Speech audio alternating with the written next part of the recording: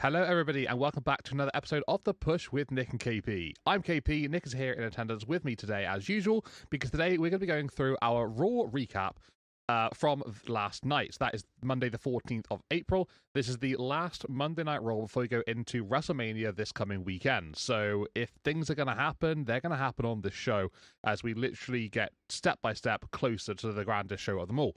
So without further ado, let's get down into all the action that took place. First of all, we start off with the ring general. The World Heavyweight Champion Gunther would basically come down a little early. Michael Cole was scheduled to have an interview with him at some point throughout the night, and Gunther would basically just say, you know what, we're doing this right here, right now, I've got stuff to say, and he's got off my chest. So Michael Cole reluctantly would get out of his seat, get into the ring, and would have a face-to-face sort of one-sided conversation with Gunther, because let's be fair, this wasn't really a back and forth thing. Gunther basically got asked a question and then he just took it from there.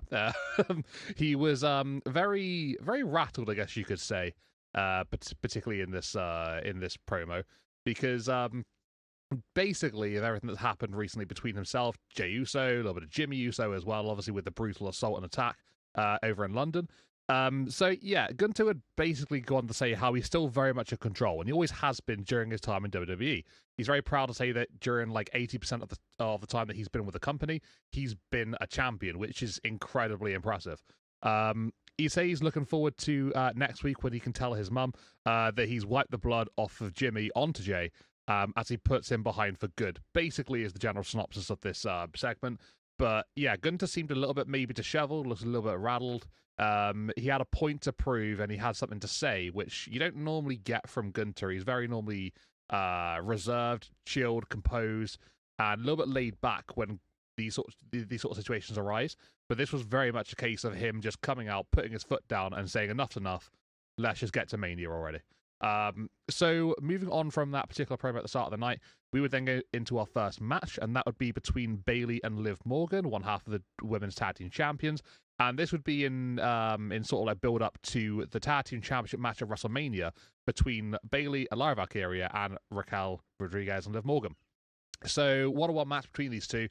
It went exactly how you'd expect it. So, you know, both women putting on a clinic, you know, having a great match with one another as you'd expect. Gets to a point where Raquel Rodriguez makes her presence known on the outside, gets involved. Lyra Valkyria comes in, evens the score, takes out Raquel Rodriguez, and then as Liv Morgan's looking for the Oblivion on Bayley to end the matchup, Lyra Valkyria stops Bayley from getting hit by the move. Bayley capitalizes in the end, gets the victory over Liv Morgan, and basically steals one from Liv. But yeah, I think when it comes to the general sort of like dynamic of this build, obviously we haven't had a lot of time to work with here.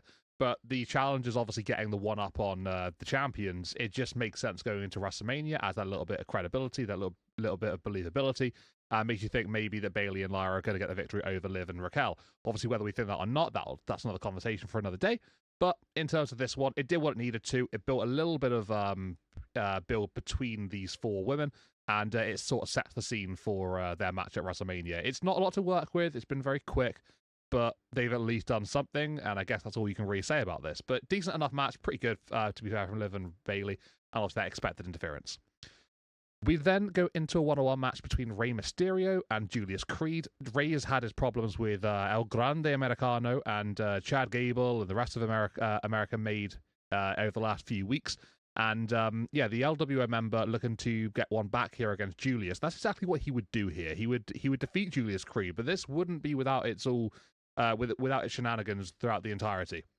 We would have the LWO and American Made, so everybody involved, ringside, and they would all get sent backstage once they got a little bit too handsy, a little bit too hands-on with the match. Then it'd just be left to just Rey and Julius. We would have El Grande Americano come on down to the ring at one point, and then he would provide a distraction. Didn't quite work out for El Grande because in the end, ultimately, Rey Mysterio would get that victory over Julius Creed, but he wouldn't be celebrating for very, very long because El Grande Americano, we've seen the metal plate in the mask already. That was last week. Well, that came back again this week, and he would use that to take out Rey Mysterio. And El Grande Americano standing tall at the end of the segment going into his match with Ray at WrestleMania. So yeah, all the momentum's with El Grande at the moment. Ray's got, he got the win ultimately in this matchup, which is great for him. But it seems to be that, like, in the last couple of weeks, we've had El Grande Americano be the one stand on top, and yeah, being the stronger of the men at the end of the segment. So as to how that's going to go into WrestleMania, we'll have to wait and see. But decent enough match between Julius and Ray. Julius continues to show how impressive that he is in the ring. Very, very strong, agile athlete. Rey Mysterio, I think Michael Cole said he's timeless, or that time never catches up with him, or something along those lines. But yeah, he's just a consistent performer each and every single time he gets in the ring. But yeah, good enough match, and setting those seeds for El Grande Americano versus Rey Mysterio, which is a WrestleMania match coming up soon.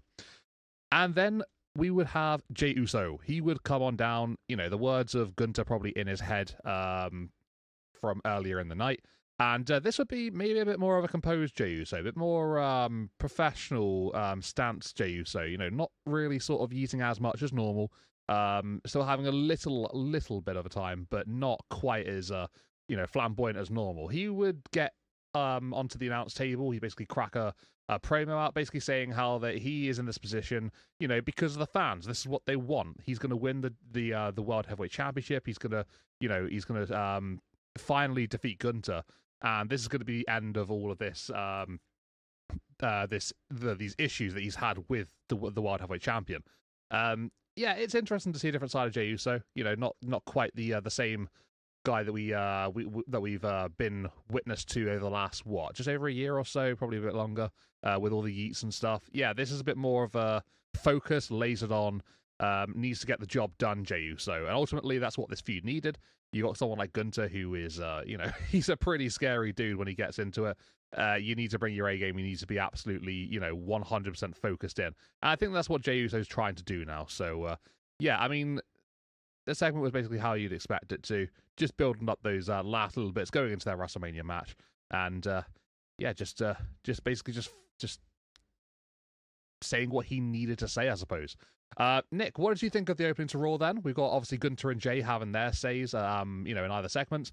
The first match between Bayley and Morgan, and then how about that El Grande Americano after the Rey Mysterio and Julius Creed match? What do you think of these ones, Sam?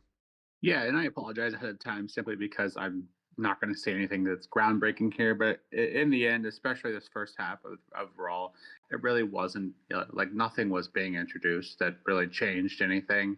The only thing you could really take away from this first half is, in terms of matches, if you believe in the go home curse, whoever stands tall, at the go home show of before that PLE, they tend to not fare well. So if you lean into that pretty heavily, maybe you're happy, maybe you're disappointed. But just to wrap it up in a quicker fashion between Gunther and Jay, kind of getting all of that in one clean swoop, it was something different in terms of Gunther, obviously, as he's showing emotion, which it didn't appear to be in control, which is not his typical forte. It very, very much rattled, which was something different, and making him appear more human, more vulnerable, and possibly the most unsure we've ever seen of himself. Him telling the crowd, I've been a champion, pretty much the entirety since I've been on main, which is correct. It really is quite impressive how long he's had a title and what percentage of the time he's had a title while being on main. But all of that didn't seem to matter because for some reason, and it is a little baffling to me why he's so rattled. But Jay standing up to him really shook him to the core. So take that for what you will. And then, yeah, Jey Uso he hasn't been his normal self since that attack, and coming down to the ring in a better mood than last week because he feels like he has the upper hand now because he stood up to Gunther finally.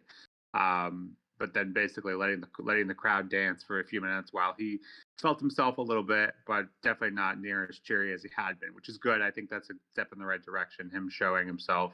He doesn't have to eat all over the place, as McAfee would say. But yeah, I don't think anything was.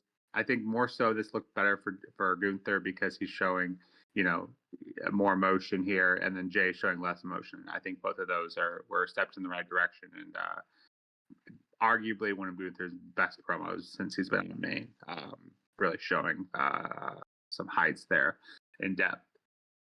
Bailey and Liv, yeah, it's crazy that you mentioned, haven't had much of a build. And it seems like they're doing the best with what they can. It's almost like we have 1 week worth of build for these guys.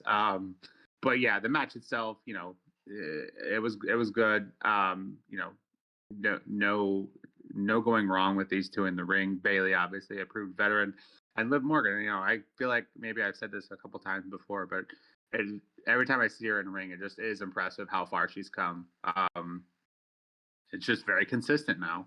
She doesn't tend to have bad matches anymore, and she's really proved herself in the ring, and obviously helps being in the ring with Bailey. But yeah, pretty good back and forth, and then obviously the tit for tat with Raquel interfering, and then Lyra kind of giving it back to her, and the challengers Lyra and Bailey standing tall, which both of those women have had quite a bit of momentum in the last few weeks, which feels like it's almost a guarantee they're not going to win because of that, unfortunately. But yeah, maybe we'll get a nice feud between Bailey and Lyra out of it. I guess that's my silver lining for that now. Yeah, and then Julius Creed and Rey Mysterio again, both quality competitors in the ring. I think this was more so to showcase Julius Creed. For those that still had any doubts in him and what he's been able to do with a tag team, proved that he can do it as singles competitor as well. So yeah, Rey Mysterio staying tall here despite the outside shenanigans, quickly cut off by Chad Gable. I mean El Grande Americano, and yeah, and then he attacks LWO after the match. And I don't know. The build has been kind of fun and silly, and we haven't had a ton of that in Mania build. So I think, given the competitors, I think those two could potentially have quite the match at Mania. They could do, to be fair. I guess we'll have to wait and see how things go. I think it could be quite the exciting one. Yeah, I sort of sing off the same hymn sheet as you here. There wasn't really a lot to sort of go on that was new coming from this first half. How about we go into the second half of Monday Night Raw, see if anything changed about everything that went down in the latter stages. So we would go into our next segment, which would be AJ Styles going one-on-one with Karrion Kross. They've had some interactions backstage recently about Kross basically trying to bring out a different side of AJ Styles. I feel like a side that we actually only just saw last year, so I don't really understand the whole premise between that. But I guess maybe it's just to bring it back out in AJ Styles, perhaps. Either way, these two would have a match against one another. Styles would win, which I think everybody pretty much expected to happen. So pretty standard stuff. And then we'd have Logan Paul come out after the matchup would end. So he would he'd come out basically just saying how much their WrestleMania match is going to cook. He would literally say that exact words. Before then, basically just showing a self-promo vignette of himself. Very odd thing to do when everyone knows Logan Paul by now. I don't know, it's just a bit strange to me, to be honest. And then him and Kross would then take out AJ Styles before Styles try and fight back. Logan would hit him with a big right hand before then hitting the pulverizer to stand above AJ and stand tall at the end of the segment. So, yeah, I don't really know what the premise of the self-promo vignette was. It just seemed a little bit out of place. I don't really feel why they needed to put that in. But, yeah, I think everyone knows who Logan Paul is now, what he's capable of in the ring. We've seen enough of him, to be fair. So, if you don't have your opinions on Logan Paul by now, then just watch any of his matches and it's basically just know what he's about. He's a pretty consistent performer, to be fair. For someone with lack of experience, we've said this many times, he's pretty good. So, yeah, I don't know why they put that segment up, but it was interesting. But, yeah, afterwards, obviously, Logan Paul knocking out Styles sort of confirms things for me. And I know you mentioned it a moment ago about the standing tall curse, going into the match. I guess that sort of confirmed things for me in the sense of the winner of this one, but it's not always that black and white, is it, I suppose. But yeah, I mean, no real beneficially outstanding stuff here out of this segment, except for Styles with a win going into WrestleMania and Logan Paul getting one up on Styles afterwards. Following that one, we then have Finn Balor going one-on-one with Penta, and what sounds on paper like to be a very, very good match, it was unfortunately ruined in the end, because just before the match would take place, a little bit before the match took place actually, Judgment Day would take out Bron Breakker earlier on, so they would lay him out backstage. I guess just just trying to get one up on him going into WrestleMania, try to weaken him down a bit. Obviously, weaken the Intercontinental Champion ahead of that IC title fatal 4-way. So Balor and Penta, gets going. It's a pretty decent match, to be fair.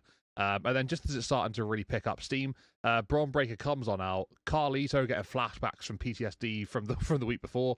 Instead of going after Bron Breakker on the ramp like he did and got absolutely destroyed by that spear, this time he goes into the ring and Bron Breakker quickly gets his hands on Finn Balor, and that obviously causes the disqualification immediately from there. Bron doesn't slow down. He hits a double spear, so he spears Dominic Mysterio and Carlito at the same time. Before then Penta would take out Bron Breakker and then take out everybody at ringside as well, clearing the ring ultimately to stand tall at the end of the segment. There are many names involved in this IC title picture, obviously 4 of them, and at the moment it's all pretty much chaos between each of them. So it's a pretty fun build they've got going on here, except for the fact that the matches do tend to suffer a little bit from the chaos. But yeah, I suppose when you look past the results of each individual contest and all the disqualifications and whatnot here and there, it's a very heated and there's a lot going on, which ultimately makes for a very good WrestleMania match. So I see what they're doing. I just hope that the WrestleMania contest is as good as it really should be and looks to be on paper. But yeah, Braun, absolute beast again. Penta standing tall, which is great for him, getting some momentum. And then JD, yeah, they've been on a little bit of a roll recently. This time, yeah, maybe not so much. And then finally, we would have our main event, I guess. Well, the last segment of the show, which we would see Roman Reigns and Paul Heyman come down to the ring. So just before this took place, Roman Reigns arriving late as he always does, just in time for his segments, very conveniently. Paul Heyman would be sat waiting. Well, we'll be waiting for him, sort of like just on the outskirts of the arena, as we normally see him do. CM Punk would come alongside him and would basically just console him. And Heyman's a very stressed man right now. Going into WrestleMania, he has to go into Punk's corner. Is he betraying Roman Reigns? There's all that sort of up in the air business right now. Seth Rollins, the business with him last week. Heyman's got a lot on his plate. So Heyman was being consoled by Punk. Roman comes in, sees Punk consoling him, and obviously gets the wrong impression, and then just storms to the ring. Roman goes on to basically say how Heyman has betrayed him, and Heyman basically just answers back saying that he's just following through a favor. He can't do anything else about it. Roman says that he doesn't want any of that. He says that we don't pay favors back. That's not what we do. Sooner or later, Seth would come on out, highlighting the importance of the triple threat match at Mania. He'd go on to say how much of an illness it is to WWE that people who aren't consistently around are at the top. And he would say that favors are a choice, and they're not just a back and forth type thing. That you can choose to pay a favor back, and ultimately that's what Heyman's doing here because he's a scumbag. That's what Seth would say, and that he's chosen to be in Punk's corner at Mania, and that he's choosing Punk over Reigns. So basically playing mind games with the tribal chief, just really getting into the head of him. Roman would snap. He would attack Rollins almost immediately afterwards, before then shoving Heyman to the mat. And obviously, Heyman going down, that would call for Punk to come on down. He would get involved, have a little bit of a brawl with Roman Reigns. When he was checking on Heyman, though, to see if he's okay, Punk would get hit with a spear by Roman, and then Seth would appear with a steel chair and smash it against the back of Roman Reigns before stomping on both Punk and Roman to end the segment. Seth stands tall, the last thing we see on Monday Night Raw, in that very Shield-esque chair attack on Roman, and then the follow-up on Punk and Roman afterwards. But yeah, it's this segment, this build has been quite crazy, to be fair, in terms of these three men. Promos have been brilliant. This was no less than that, to be honest. I've really enjoyed it again. Just the mental mind games between Seth and Roman is always a good thing to see, and they sort of continue that next chapter between the two of them here by Seth really cementing down and getting deep into the psyche of Roman Reigns. And then ultimately have the last laugh, standing tall at the very, very end. So he's got all the momentum going into WrestleMania. That's obviously massive for him. Whatever you think that translates to as who's going to win the matchup, obviously we'll talk about that later on. But Nick, what did you think about everything that took place here? Styles and Cross, then Logan Paul. The Intercontinental Championship scene being an absolute chaos as always, and then Roman, Seth, and Punk. It's all heating up, to be fair, in this particular second half, right? Yeah, definitely better than the first half. To that, I would agree. The AJ Styles and Cross match, obviously, as you mentioned, the expected outcome. However, to me, it felt like that was more of the building of Cross. Like, yes, he lost, and it still felt like he was in control. Like, kind of what his character has been doing is trying to bring out the dark side, so to speak, of AJ Styles. And then so I feel like even though Cross lost, and maybe this is just wishful thinking because I really do like the character, but to me it felt like, we're about to turn a page with him, and maybe after Mania we see a big push for him. Even commentary was kind of uh, selling his abilities in the ring, and yeah, I thought he looked really good here. So for me, that was more so the takeaway. Obviously, Styles winning was going to always be the outcome. And then I actually like the Logan Paul self promo bit. First of all, I think his entrance is a bit of a vibe, and dancing to his own music. He's just like the ultimate like egotistical prick, like for lack of a better term. And so I think he wears that well. I think that's the best role for him, considering people don't like him as an actual person. I think that's the best route for his character to go, and I think it works for him. And obviously, he can back it up in the ring. So, yeah, AJ Styles and Logan Paul should be another one of those matches that absolutely, if given the right amount of time, should tear down the house.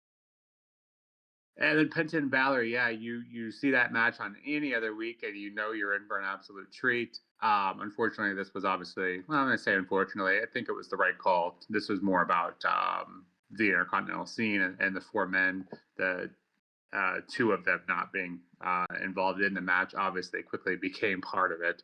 And, just having these guys kind of go at it and one last time before Mania. And yeah, I'm okay with it. The double spear was awesome, of course. Yeah, another week of a Braun Breaker spear being talked about. And then the final promo, or at least I believe it will be. I don't know if they'll be on SmackDown. These days you never know. But yeah, basically Seth saying that the favor maybe wasn't just that, and Seth kind of owning the entire segment, really. Planting that seed of doubt in the tribal chief's head, and standing tall in the end with curb stomps to everyone, and all three men, including Paul Heyman, on the ground as he stood tall at the end of the segment. So yeah, this wasn't my favorite. It was probably my least favorite of their promos lately, and they've been main eventing the shows with their promos, and this one just didn't feel like it added a ton. Just reminding us all that that's the match we're getting here soon.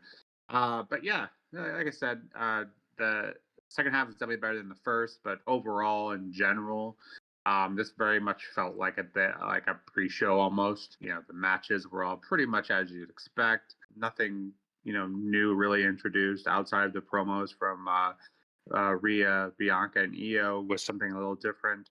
But a lot of recaps and some good action for what we got, until it was typically whoever the story was involved with ended up getting involved, and that was kind of the end of that. So to me, it just felt like a slightly above average go home show. I think everyone, including WWE, are just ready for Mania to be here, and so nothing crazy or new introduced. But yeah, we'll see what NXT and SmackDown bring us, and then we are ready to go. Yeah, obviously, going into WrestleMania, we want those vibes to be as high as possible. This is the last Raw going into it, so literally just ironing out the few little things here that needs to be ironed out. I think pre-show, yeah, maybe that did seem like a really good way of describing this, because at the end of the day, it is basically just entire setup, and at this point, that's what it sort of it needs to be, right? It's not going to be anything else. Why would we expect anything different? Literally just a few days from before WrestleMania. You're not going to get something groundbreaking that's going to be added and changed and altered, whatever, going into it. So yeah, I mean, pretty standard stuff. In terms of what I'd rate for this Raw, I'd probably give it like a 6.5 out of 10. I would say nothing too crazy, but yeah, just basically just like just getting us over the line, just getting us that last couple of steps towards WrestleMania. Obviously, we've still got SmackDown still to come in terms of the main roster scene, so maybe perhaps Roman and Seth and all could possibly advance their thing just a touch more, but everyone else, that seems to be job done for them, and next time we'll see them will probably be at WrestleMania.